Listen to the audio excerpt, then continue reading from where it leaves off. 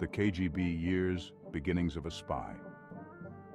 Born in post-war Leningrad, Putin's early life in a city scarred by siege and loss seemed an unlikely start for a figure who would come to dominate Russian politics.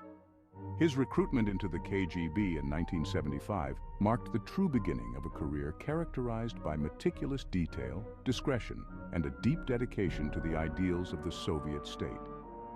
After rigorous training and proven loyalty, Putin was stationed in East Germany. His work, shrouded in the secrecy typical of espionage activities, involved gathering intelligence on the West, an effort pivotal during the throes of geopolitical tensions that defined the Cold War era. His experiences in East Germany were fundamental in shaping his understanding of international relations and state security. The strategic significance of his assignments there can't be understated. Every piece of intelligence was a tessera in the vast mosaic of Soviet defensive strategy.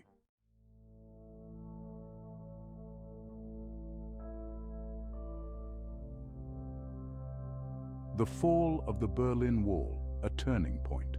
The dismantling of the Berlin Wall in 1989 served as a critical junction in world history and a personal turning point for Putin. Tasked with managing the chaos as a KGB operative in Dresden, he witnessed firsthand the collapse of the Soviet influence in Eastern Europe. This period instilled in him a potent determination to restore Russia to a position of undeniable strength.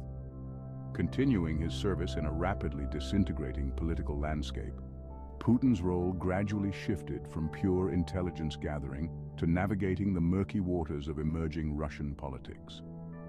Here, amidst the ruins of the old order, Putin's ambitions took a new shape, driven by both a nostalgia for Soviet power and a pragmatic realization of the need for restructuring.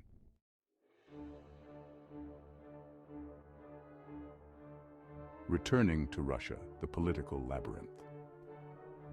After the dissolution of the Soviet Union, Putin found his way back to Leningrad, now reclaimed as St. Petersburg. He transitioned into public service under the mentorship of Anatoly Sobchak, the liberal mayor of the city, serving as his advisor on international affairs. Under Sobchak, Putin navigated the chaotic post-Soviet political spectrum, leveraging his KGB-honed skills in a new arena. He demonstrated an uncanny ability to maneuver through the political fractures of the time, slowly building his network and influence.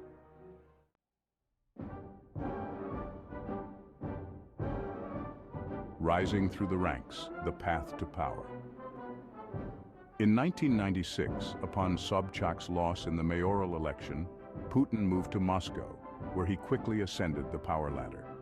Starting in the Presidential Property Management Department, his administrative acumen and loyalty to his predecessors saw him rise swiftly. By 1999, Putin had been appointed as the Prime Minister of Russia by President Boris Yeltsin. This appointment, unexpected to many, was a testament to his perceived dependability and strategic faculties in the unsettling climate of pre-millennial Russia.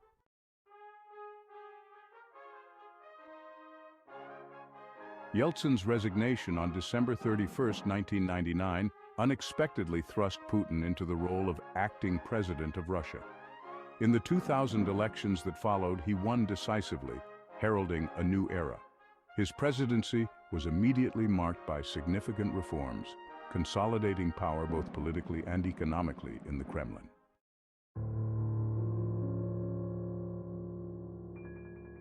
Putin's domestic policies have always reflected a strong, centralized control reminiscent of his KGB days, suppressing dissent, controlling media narratives, and reinforcing state security apparatus.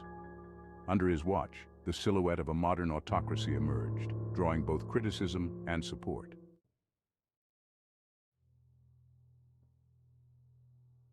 Under Putin, Russia's international posture has been assertive, marked by strategic geopolitical maneuvers, the annexation of Crimea in 2014, and continued military presence in eastern Ukraine and Syria.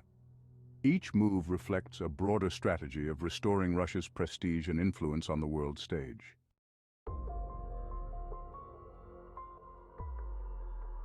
As Putin's tenure continues amidst constitutional changes, allowing him to stay in power potentially until 2036. Evaluating his impact entails examining a complex interplay of restored national pride, geopolitical isolation, and concerns over democratic backsliding. His legacy, still in the making, remains a deeply divisive subject both in Russia and abroad.